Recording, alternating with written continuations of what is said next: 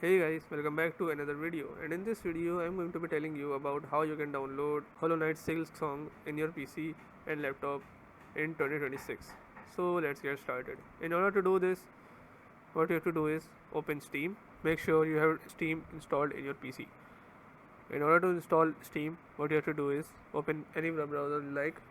For my case, I'm just going to use Microsoft Edge and search for Steam download. Once you do this, just click on this download button which is below welcome to Steam. Just click on this and click on install Steam.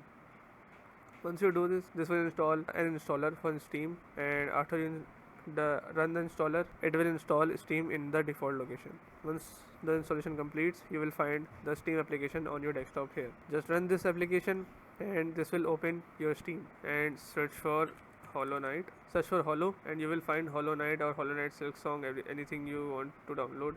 Just click on this and then just click on add to cart and click on view my cart. Once you click on view my cart, just click on continue to payment, and once you do this, the game would be added to your library, and after that you can install it anywhere you like. So yes, this is how you can get Hollow Knight Silksong in your PC and laptop in 2026. So if you like the video, give it a thumbs up, subscribe, comment down below, and thanks for watching.